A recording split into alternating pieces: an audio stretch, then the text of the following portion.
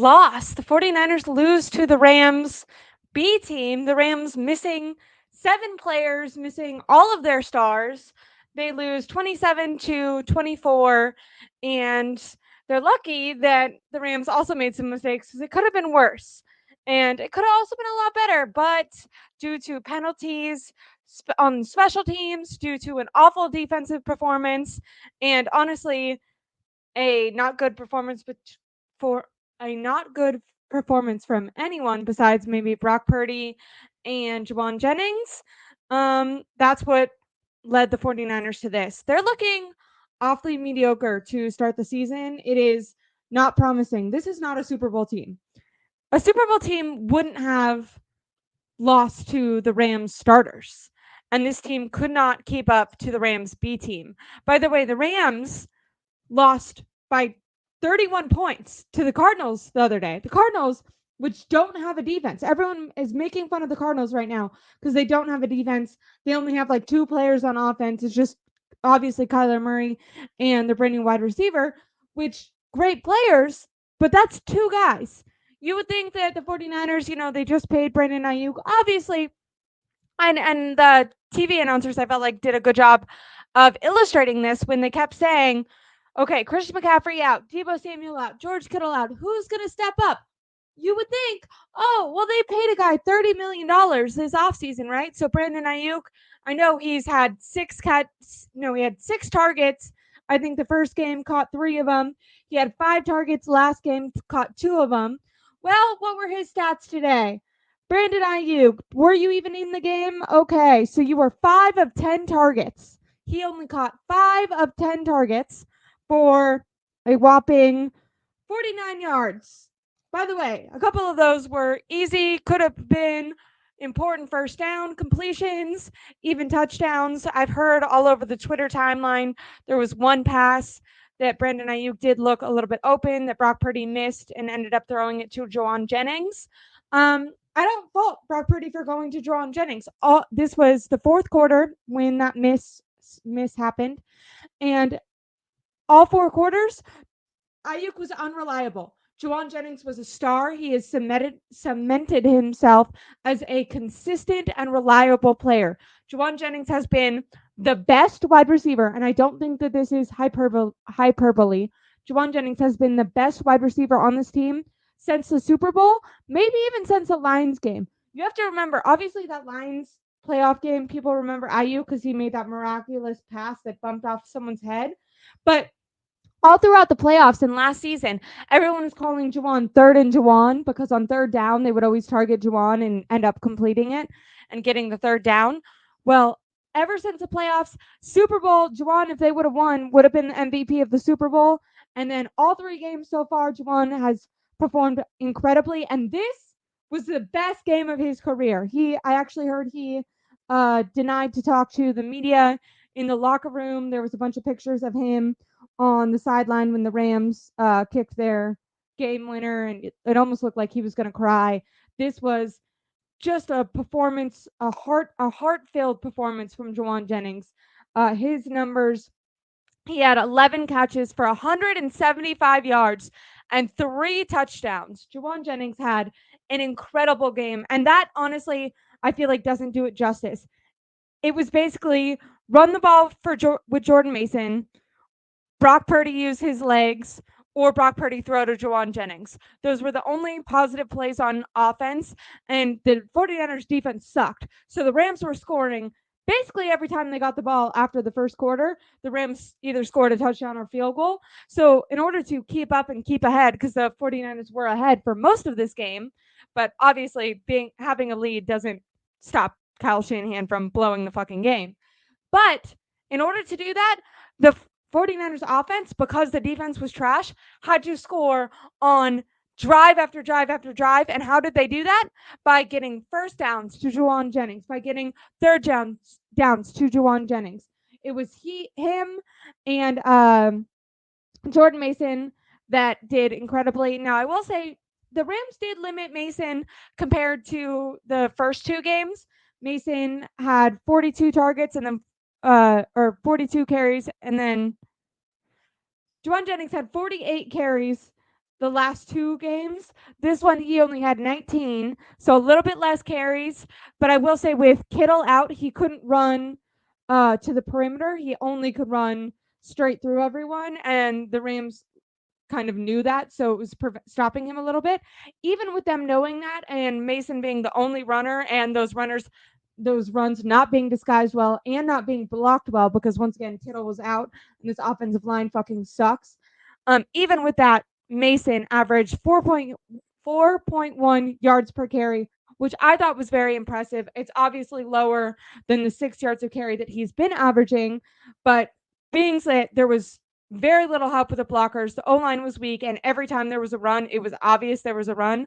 I felt like Mason did a great job fighting for extra yards and trying to plow through contact. Because, like I said, he was not running to the perimeter at all. He was running straight through guys and getting hit hard. I really hope he has an ice bath, because without him, 49ers are screwed, if they're not screwed in general. Like I said, Juwan Jennings, it was the game of his freaking life. I feel bad for him. I heard he didn't talk, refused to talk after the game. Had a lot of pictures of him crying.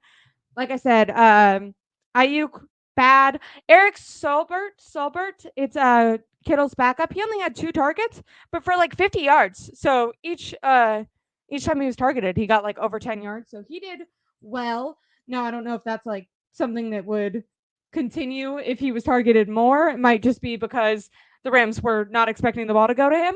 Um, Also, I thought Brock Purdy had a great game. Like I said, I feel like some people have it out for Brock Purdy, and I've not been a Brock Purdy apologist. I don't know if he's as elite as some people say, but I thought he had a phenomenal game. Everyone asked, like, is Brock Purdy going to prove without all these stars? Is he going to be able to actually show out? Now, obviously, going against a bad defense in the Rams, definitely a beat up team, but I thought, given the test, Brock Purdy did incredible. He was 22 of 30. And so he had 8 incompletions. 6 of those incompletions were drops by the wide receiver. 6. So he only had two passes that were like on him. He did not throw it to the right target. It was off. 6 of those 8 incompletions were drops by the wide receiver. By the way, like 5 of those were Brandon Aiyuk. Hey, Aiyuk, maybe it's important for you to go to the off-season training program. I think I have it written down. I tweeted about it. They asked Trent Williams, who was cramping during the game. He was not injured, but he was cramping. Let me get his quote, because he talked about what it meant. I have so many tweets. Sorry. Okay. He talked about this off-season and playing today and how difficult it was. So, according to the sideline reporter who talked to Trent Williams said regarding not being at camp this year, and this obviously applies to Brandon Aiyuk too, because both of them were not participating in camp. Trent said, "It's been extremely hard. This is uncharted territory for me. I couldn't have prepared myself for how difficult it's been transitioning to being in the season right away. No matter how hard you train in the off season, if you're away from the team, my hands aren't in football shape. My body isn't ready for the grueling season. I'm pushing myself and feel strong enough to play, but it's been way more challenging than I could have anticipated." So that is Pro Bowl future Hall of Famer Trent Williams talking about how difficult it is for him to transition. And you have to think, Trent Williams is older. He's been sorry, I'm trying to find where the sun is not. It's a little bit later in my room.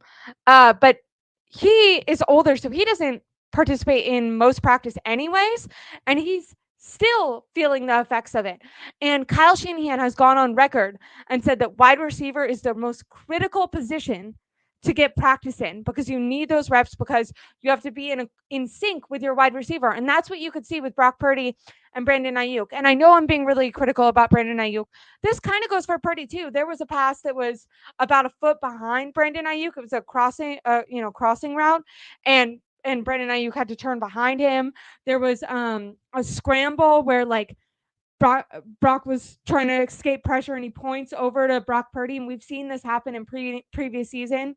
Or sorry, Brock Purdy points over to Brandon Aiyuk, and we've seen this happen in previous seasons where like him and Aiyuk are in sync, and then Aiyuk will kind of scramble and get open, and Brock will throw him to that position.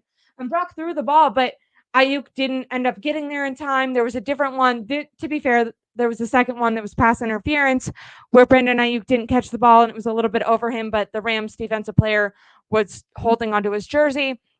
But they just looked like there was tons of miscommunication. And when you saw Brock Purdy throwing to Jennings, you saw the difference that like having those reps in the offseason counts. Like Jennings, pass after pass, downfield, crossing routes, outward routes, just scramble drills. Brock Purdy, the O line is crumbling on him, so he's running to the side and they're doing something off script.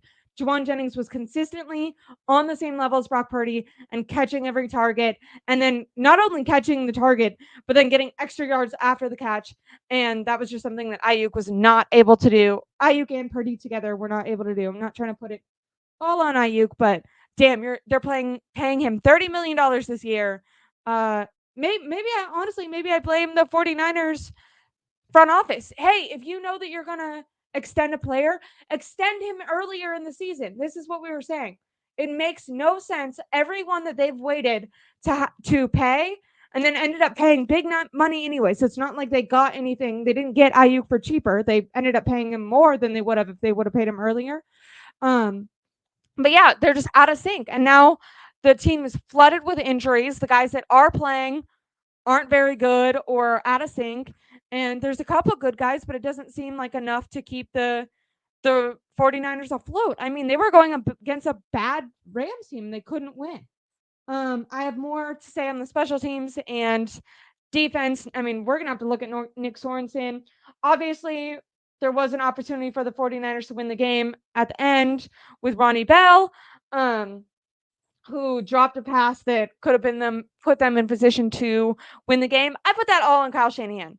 Ronnie Bell should not be like, why did you pay Brandon Aiyuk $30 million if in a game winner situation, last drive, it's tied up, you need a fucking touchdown?